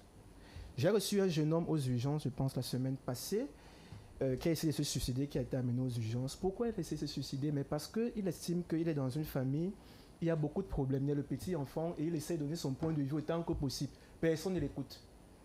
Et il a tellement fait, il s'est tellement culpabilisé, il s'est dit, ben, peut-être si je meurs, bah derrière, ils vont voir que c'est tellement grave qu'ils vont arranger le problème. Parce qu'ils ne se rendent pas compte que ce qu'ils font, c'est tellement désagréable. Vous voyez? Mais lorsqu'on réfléchit comme ça, on ne peut réfléchir comme ça qu'en situation d'urgence. Si nous sommes dans un studio, je ne souhaite pas qu'il y ait un incendie, on n'est plus dans une situation normale. C'est que les décisions qu'on prend sont des décisions d'urgence, de vie. Mais dans ce cas, on est dans une stratégie de survie. On est dans une stratégie pour fuir définitivement un problème. Et quoi que vous allez dire, la mort, elle est reposante. Pour le suicidant, au moins quand je suis mort, je ne vais plus avoir un homme qui ancre dans ma tête, je ne vais plus voir mes enfants. Au moins quand je pars avec mes enfants, je suis sûr que je les protège, là où on pense ira ensemble. Je suis sûr que quand je les laisse, parce que si je pars seul, là-bas, je ne suis pas sûr qui va bien les gérer, ils vont peut-être souffrir ça. Et vous voyez que pour avoir ce type de réflexion, il faut qu'on soit quand même arrivé à une certaine extrémité. Moi, j'aime à dire que dans ce genre de cas, à un moment donné, il y a ce qu'on appelle le shutdown. Quand vous éteignez votre ordinateur, c'est le shutdown. C'est-à-dire qu'à un moment donné, dans votre cerveau, les connexions neuronales s'éteignent. Il n'y a plus d'électricité qui passe dans beaucoup de zones de votre cerveau. Et lorsque la personne était dans ce cas, on va voir qu'il y a de la préméditation, par exemple. Et justement, dans ce profil de ce type de cas chez les infanticides ou les mères infanticides, ce sont des personnes qui vont le faire avec beaucoup de calme. Ce sont des personnes qui vont planifier, ce sont des personnes qui vont ritualiser. Sur le plan criminologique, on va parler du ritualiser. Elles vont ritualiser, elles vont faire comme une messe, une liturgie pour le départ. Parce que là, on s'en va vers un endroit où on n'aura plus de problème. Et techniquement, sur le plan juridique, si on veut qualifier ça, on va parler d'un suicide homicide. Parce que je tue d'abord les miens avant de me tuer. On a eu des cas, je pense tout récemment, ou avant, où vous avez un mari qui va tuer sa femme, qui va tuer ses enfants. Ensuite, il va se tuer. C'est arrivé dans notre... Voilà. Vous allez voir que dans ce profil, contrairement au crime passionnel, je vais tuer l'objet d'amour par vengeance. Mais ici, dans ce type dans cet infanticide altruiste, je vais commettre un homicide pour protéger et pour m'échapper de quelque chose d'insupportable sur le plan humain. Donc, techniquement, voilà les facteurs de risque sur le plan psychologique qui peuvent faire qu'on soit amené à une situation comme ça. Et rassurez-vous, aujourd'hui, de plus en plus, vous avez des femmes qui, dans leur tête, murmurent l'idée du suicide à cause de la violence. Vous avez des hommes aujourd'hui qui ne tapent plus sur leurs femmes, mais la violence la plus inhumaine est celle psychologique. Parce que là, quelqu'un est violent psychologiquement, surtout lorsque en face, comme on le voit cliniquement depuis un certain moment, vous avez en face à quelqu'un qui est narcissique, plus encore pervers, vous ne sortez pas de là. Vous êtes comme dans cette bouteille. Et il s'assure que vous soyez dans cette bouteille. Vous imaginez, vous êtes comme dans cette bouteille, vous ne respirez plus au bout d'un temps. Et mieux je meurs avant que je ne sois étouffé. Oh là, merci docteur Martial Nouefeman. On se croirait dans un amphi et c'est tellement intéressant ce que vous dites. C'est glaçant. C'est même glaçant, Arlette, comme vous l'avez dit, c'est-à-dire un suicide altruiste. C'est ce que vous avez dit? Oui. Un infanticide altruiste. Voilà, deux notions totalement contraires. On parle là de l'oxymore. Alors, il existe aussi des mensonges altruistes. Des mensonges. D'accord. Alors, on revient à vous, président Dieudonné Tédissé. Est-ce qu'il faut là accuser la société, ou alors il faut accuser les hommes qui sont de moins en moins attentifs. Beaucoup d'hommes ne disent plus à leur femme depuis belle lurette, depuis Mathusalem, chérie, je t'aime, tu es la plus douce et belle chose que j'ai plus jamais rencontrée. Est-ce que ce serait un début de solution? Xavier, notre société est malade.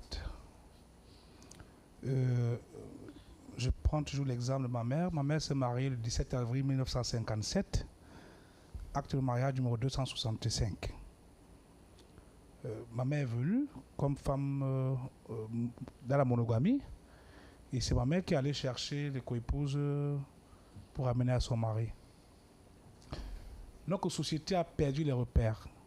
Aujourd'hui, quand nous étions au lycée, vous draguez une femme en troisième, vous voyez la couleur de son sous-vêtement. En terminale, parfois, quand vous êtes même parti à l'université, parce qu'elle a peur que vous partiez, qu'elle vous perde. Mais les enfants grandissent aujourd'hui avec l'esprit que c'est l'accaparement, c'est l'accaparement. Notre société a perdu les repères. Il n'y a plus de stage de la future mariée chez sa belle-mère pendant 1 an, parfois 6 mois, où elle porte la grossesse là-bas avant de venir avec l'enfant. C'est devenu le modernisme. Tout à l'heure, le docteur a parlé des tendances suicidaires. Nous avons parfois des cas pareils au tribunal où c'est la victime qui devient l'avocat du bourreau. Le syndrome de Stockholm, il paraît que c'est... Et il faut observer que tant que l'ensemble de la nation ne prend pas en compte l'éducation de la jeune fille qui va en mariage, c'est un problème. Vous avez des femmes qui arrivent dans des ménages, désormais la belle-mère devient sa coépouse d'égal à égal, même si elles ne vivent pas ensemble. Parce que comment pouvez-vous expliquer que hier, vous l'avez draguée, vous l'avez épousée, et le climat devient délétère. D'autres arrivent même au niveau où, quand il est même devant la dame, il n'est plus en érection parce qu'elle a tellement stressé avec les comportements. Parce qu'il y a des familles qui sont harassantes. Des familles qui pensent que la vie du couple, c'est chacun y entre comme il veut. Et si vous avez trouvé une jeune dame qui est naïve, elle laisse chacun entrer, les pasteurs entrer, les prêtres entrer, les frères de l'église entrer. À la fin, le gars se recroqueville dans son coin. Donc, aujourd'hui, le cas de ces enfants qui est arrivé, puisqu'il s'agit d'un problème national, la prochaine maladie, je dis sous le contrôle du docteur, la prochaine maladie qui va tuer les Camerounais à grande échelle, c'est le stress. Le niveau des salaires ne permet pas. Les gens doivent se battre pour s'occuper des enfants. Et nous, au PCPDC, nous avons estimé que pour éviter d'avoir des cas où les jeunes filles ont un enfant, sont abandonnées entre elles-mêmes, pour éviter d'avoir des cas où les familles doivent abandonner les enfants pour aller travailler matin, midi, soir, il faudra que nous ayons une allocation Avenir Jeunesse. Une allocation Avenir Jeunesse mise à disposition des enfants de 10 ans à 29 ans, financée par le prélèvement de 2 francs par minute d'appel connexion. En Grande-Bretagne, il y a 11 millions de familles qui reçoivent ça. Et ça évite ce stress. Si vous avez le cas de cette jeune fille, le mari partait en Chine, elle a 3 enfants. Si elle avait une allocation Avenir Jeunesse de 100 000 francs par mois, finançant le prélèvement de 2 francs par minute d'appel connexion, elle ne serait pas en train de se retrouver en train de se suicider. Parce que des gens y vont, et je vous dis, madame, par jour, on fait 120 millions de minutes d'appel de connexion par jour, fois 4 francs, 480 millions, fois 20 millions d'abonnés, 96 milliards par jour, fois 30 jours, 2880 milliards. L'argent est disponible. Mais comment dans une société où les gens aiment faire souffrir les autres et bloquer la ressource? Résolvez le problème des salaires, résolvez le problème d'accès au logement, résolvez le problème du mieux-être. Et vous vous rendrez à l'évidence que les gens auront le temps de s'aimer. Aujourd'hui, chacun cherche de quoi vivre. Et parfois, lorsque quelqu'un se met au niveau de l'entrave, ça commence à poser un problème. Il y a un autre sujet que je vais évoquer ici. Le ministère de la Culture, de la Communication. Nos familles sont bombardées à longueur de journée avec les télénovelas. Et conséquence, on finit par copier ces mauvaises habitudes et qui fait que certaines femmes sont obligées de vivre comme le modèle de la télévision. Il faut l'unité de guerre cybernétique pour protéger notre culture. Parce qu'il y a des choses que nous voyons aujourd'hui que du temps où nous étions petits, on ne voyait pas. revenons à l'essentiel. Remettons à chaque citoyen la capacité de se sentir protégé par la nation. Mettons la famille au cœur de la nation au cœur de la famille. En le faisant, nous aurons un pays qui aura moins de stress. Que le gouvernement ne nous stresse pas quand on est en train d'attendre des solutions qui doivent venir. Que chacun comprenne que la recherche du succès et du bonheur sont les buts estimables de la vie, mais la vie est faite du besoin d'aimer et de se sentir aimé. Merci Dieudonné Tédissé. Justement, le gouvernement a réagi à la suite notamment de ce décès par la voix du ministre de la promotion de la femme et de la famille. Et dans cette correspondance que vous pourrez avoir à l'écran, on peut la parcourir avec l'appui notamment de nos techniciens. Cette correspondance de Madame la ministre de la promotion de la femme et de la famille. Si nous pouvons la voir, juste pour revenir, juste derrière elle. Voilà, cette correspondance qui nous semble un peu éloignée, on peut la voir sur un autre écran pour en prendre connaissance, pourquoi pas. Merci à Francis Moncam de nous le permettre dans la mesure du possible. Mais déjà, on sait que cette note, elle est bien claire. On pourra peut-être y revenir pour avoir la quintessence de cette note-là. Et on voit que Madame la ministre se dit justement être proche, ou du moins regretter pratiquement ce qui a été fait par cette dame qui a commis cet homicide ou encore cet infanticide altruiste, comme vous l'avez dit. Alors, voici la quintessence de la note. Communiqué Radio Presse sur le drame de Nkolbison.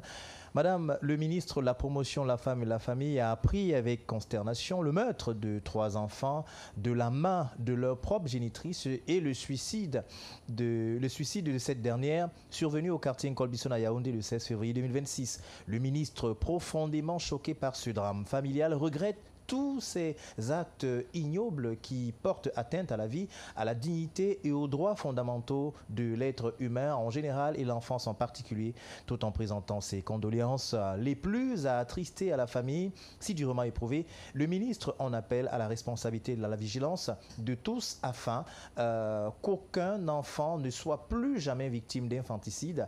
Elle réaffirme l'engagement sans faille du gouvernement à assurer la protection des enfants et le respect de la dignité humaine. Le ministre de la promotion de la femme et de la famille, qui signe donc ce message.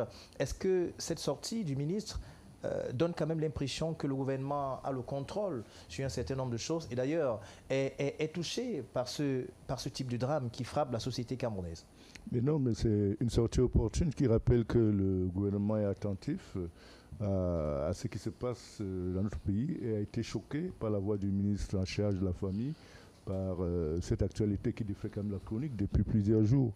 Ce que je voudrais dire, c'est, je pense que il y a un élément qui nous échappe et qui échappe en général à la société, c'est la maîtrise des émotions.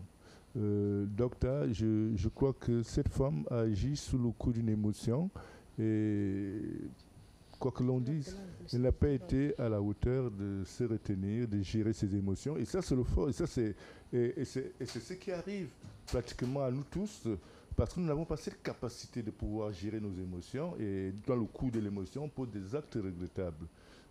Si cette dame revenait à la vie aujourd'hui, je suis sûr qu'elle pourrait se poser davantage de questions. Parce que lorsque vous voyez la photo de cette dame, elle ressemble à une dame qui a été particulièrement... Vous allez nous permettre de le dire ainsi. Oui. On a vu une très bonne femme, une très belle femme, avec des enfants bien portants, elle-même bonne en point. Oui. Si quelques personnes ont essayé de rigoler sur la toile... On n'a pas entendu ce que le docteur a dit ici, ou bien on est en train de... Franchement, quand on parle de détresse mentale, vous nous parlez de... Elle est belle, elle était jolie. C'est la carapace. Franchement, il faut que toutes les femmes se tuent pour que vous compreniez qu'il y a un problème avec les femmes. Mais non, je pose la question parce que je suis toujours choqué. Plus mal lotie que celle que je vois vendre sous le soleil, sous la pluie, n'importe quoi dans les marchés. Non, je pense que, personnellement, je fais une analyse. Oui. Parce que nous sommes tous des humains. Je pense que nous devons apprendre à gérer nos émotions. Sinon, on va vous donner trop de travail. Chacun doit apprendre à gérer ses émotions. Parce que cet acte que cette dame a posé est un acte criminel qu'elle aurait pu éviter. Lorsque je vois sa photo, je me dis, ben tiens, quoi qu'elle me dise, elle n'était pas aussi délaissée que ça, mais elle aurait pu Quand il se serait séparé de ce monsieur, il était obligé de vivre avec lui toute sa vie. Il ne pouvait pas réfléchir autrement. Arrêtons de nous enfermer dans des fantasmes aussi. Et là, je vous rejoins. Hein. Oui. Là, je vous rejoins. Oui.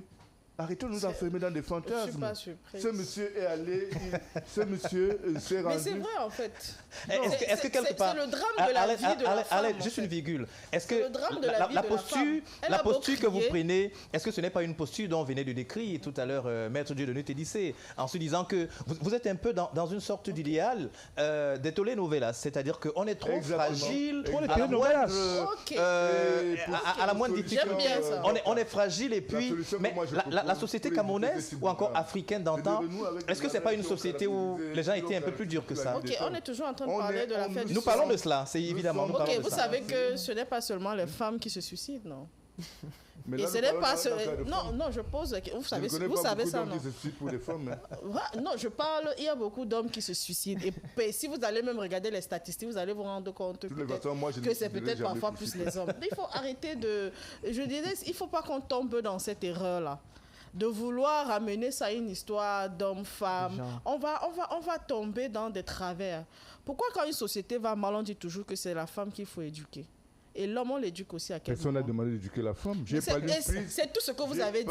Moi, je parle d'éduquer. La proposition, c'était qu'il faut qu'on recommence à rééduquer les femmes. On commence à rééduquer les femmes pour le mariage. Parce qu'elles sont dans le mariage, elles sont mal éduquées. C'est pas ça. Allez, on revient. Vous avez l'habitude de fréquenter, de passer devant les églises éveillées. Le taux de fréquentation est de 90% de femmes. Ça signifie que les femmes ont besoin d'une remise en question, d'une éducation spécifique. Et vous, les psychologues, vous devez intervenir sur ce plan. Pourquoi est-ce qu'elles fréquentent les églises éveillées? C'est sur le paradis perdu. Là, vous avez votre combat avec les ce qu'il faut dire. Non, je ne suis même pas croyant, madame. Peut-être je vous inviterai... C'est pour ça que vous avez un problème. Moi, je suis un traditionnaliste. Peut-être je vous inviterai à l'une de mes consultations. Oui, pourquoi pas? À l'une de mes consultations des femmes victimes de violences. Et je vais vous le dire de manière sérieuse. Si je reçois 100 femmes, 99 sont de très belles femmes. Des femmes nanties, c'est-à-dire que c'est des femmes à qui vous n'avez pas besoin de donner l'argent. Pas forcément des femmes qui vont vouloir se suicider, mais des femmes qui souffrent d'une manière atroce. Et honnêtement, cher, et on ne peut pas se permettre de minimiser la souffrance. Qu'on soit femme ou homme, comme Alette dit, ce n'est pas une affaire de femme ou d'homme. Mais je vais battre ça en brèche pour revenir sur la note du ministre. Et je vais un peu quitter ma posture de neutre, parce que le psychologue doit être neutre. Et je vais vraiment me risquer à dire ce que je vais dire. Nous avons vanté les mairies du ministère de la Défense, comme on peut vanter les mairies de notre ministère, mais je pense que la situation est tellement grave, il faut qu'on cesse avec les communiquer. Inutile même. Je suis d'accord. Je suis en direct. C'est appréciable qu'on fasse des communiqués, qu'on présente nos condoléances. Mais monsieur... Est-ce qu'elle est même partie là-bas? Vous ne pouvez pas... Ce n'est pas aujourd'hui qu'on parle des violences sur les femmes. Nous ne pouvons pas passer le temps à faire des communiqués. Il faut des actions sur le slogan. Et c'est énervant qu'on a des femmes qui meurent tous les jours et on fait des communiqués. Première chose, je pense qu'on doit prendre au sérieux la loi sur le féminicide. Vous voyez ce qui se passe en Europe, les tueurs en série et ces tueurs pervers. Je vous assure, nous sommes le 22 février. Dans 2 ans, nous ferons une émission ici pour parler des tueurs en série. Ça va arriver. Parce que la montée de la criminalité est due à un seul fait. L'absence de punition, on a l'impression qu'on ne punit pas. Si vous avez des hommes qui terrorisent des femmes au quotidien, qui ont la sensation de ne pas être punis. Si vous avez un homme qui part à la gendarmerie, qui porte 4 gendarmes pour venir prendre une femme qui ne pèse même pas 45 kilos sous prétexte qu'elle serait partie de la maison. Il faut qu'on prenne cette histoire de violence très au sérieux en instituant la loi sur le féminicide avec un statut spécial. Moi, je me serais attendu que le communiqué soit accompagné d'une cellule de crise. Il n'y a pas qu'à la présidence qu'on a l'état-major. Tous les ministres ont le droit d'avoir un état-major, d'avoir un cabinet. Je se serais attendu qu'il y ait une cellule de crise pour poser la question de manière pragmatique. Et de se dire, nous créons par exemple une unité spéciale avec un statut spécial, avec des allègements sur le plan juridique pour faciliter les procédures, pour permettre à ces femmes de venir parler de l'enfer qu'elles vivent et que les bourreaux soient condamnés. Alors justement, lorsque vous le dites, oui. Est-ce que ce n'est pas une façon de généraliser le mal? Vous peignez là les hommes comme étant des terroristes? Non, moi, ce n'est pas ce que j'ai dit. C'est pas ce que j'ai dit. Oui. Je ne l'ai pas dit. Nous parlons d'une catégorie de personnes, Oui. d'une catégorie de criminels. Moi, c'est comme ça que je le dis. Parce qu'être criminel, il suffit de rien. Nous parlons d'une catégorie de criminels qui sont à un pourcentage non moins négligeable. Ça veut dire que si vous avez 100 hommes, vous avez quand même 15 hommes qui sont dans ce profil. Et qui ne font que se multiplier. Qui ne font que se multiplier. qui ont Il les faut que je vous concubines dise, partout. il faut que vous sachiez que, il faut que vous sachiez que comme eux en grandissant. le suicide est quelque chose qui se contamine. Ça veut dire que si je suis une fille, une femme qui voit un reportage, un énième reportage sur une personne qui a se suicidé ou qui a essayé, ben, le cerveau profond capte ça comme Par exemple, ces télénovelas. Telenovelas. Ouais. Vous voyez un peu. Les télénovelas. Donc, moi, vraiment, Il y en a. les structures étatiques Je ne regarde pas, mais on ou m'en parle. ministérielles qui sont en charge Ça ne m'intéresse pas. de la femme et de la Mais il y en a. famille. Parce que moi, on se rend quand même compte que le social et l'humain sont très inhibés. On passe le temps à parler des individus et d'un individu, mais le social et l'humain est très inhibé. Vraiment que ces ministères prennent leurs responsabilités, mais qu'ils ont dans la phase offensive. Vraiment, une unité spéciale va beaucoup aider parce que vous n'imaginez pas l'enfer. Et ça va prendre des proportions. Ça va prendre des proportions inimaginables. Et comme nous sommes au Cameroun, on va se lever un matin pour gérer les urgences. Et vraiment, lorsque je le dis, je vous le dis en tant qu'un professionnel qui voit ces choses, ces inhumanités tous les jours. Et je vous l'ai dit, j'ai dit à un avocat, vraiment, s'il faut arriver. Et je dis à beaucoup de femmes, moi je ne peux que vous aider à 10%. À 90%, c'est sur le plan pénal. Si on ne vous fait pas un divorce, une séparation de corps, je vais beau faire ce que vous allez faire, mais vous allez rentrer dans un écosystème de terreur. Et l'État a l'obligation de protéger ses victimes. Il y a des hommes qui sont victimes, il y a des hommes qui sont victimes de violences. Oui, Moi, j'en tout à fait, reçois. tout à fait. Voilà. Bien On sûr. ne va pas négliger ça pour Bien dire sûr. que je n'ai pas Au un moins, problème c'est avec les équilibré hommes, avec mais Alex c'est que maintenant. la proportion devient vraiment grande. Et je félicite le fait qu'on a abordé cette question de manière assez technique et j'espère qu'en haut, on nous suit. Si on peut nous appeler pour aider, il faut dire, j'aime souvent ce qu'elle dit. On ne critique pas pour faire du mal à quelqu'un, vraiment, on a beaucoup à faire. Je préfère manger mon coq à la maison que de critiquer quelqu'un pour critiquer. Mais quand on parle en tant que technicien, mais c'est parce que la situation est suffisamment grave. Donc, dans un bureau 24 sur 24 climatisé, avec je ne sais pas quoi, et qu'on n'est pas sur le terrain, on voit comment les femmes meurent.